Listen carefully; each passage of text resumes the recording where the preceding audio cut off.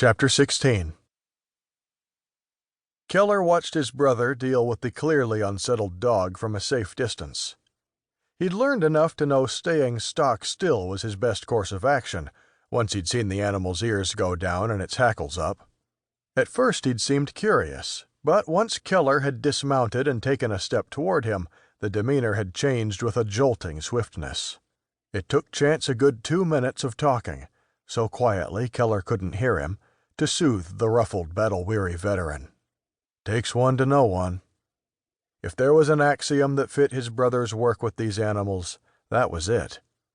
Chance took on the tough ones, the edgy ones, the ones others had written off, the ones who'd been headed for a needle full of life-ending drugs, because no one could or would risk handling them. But Chance took them on, and he worked as long as it took.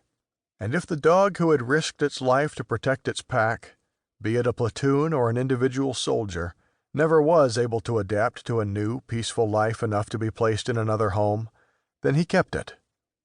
He only had 3 permanent residents right now, and Keller knew at least 2 of them would die to protect Chance. The problem was, his brother said, their threat assessment was off. As in anyone, human or animal, that came too close was a threat.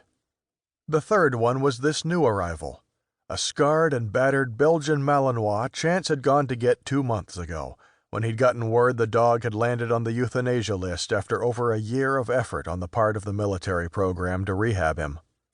His handler, a man Chance had once served with, had been killed by a suicide bomber, and the dog had barely survived, losing his left front leg. He'd been shipped home, but once there seemed to view everyone as the enemy. He'd be dead now if one of Chance's contacts hadn't called him. Keller didn't envy him the task of trying to get through to the traumatized creature.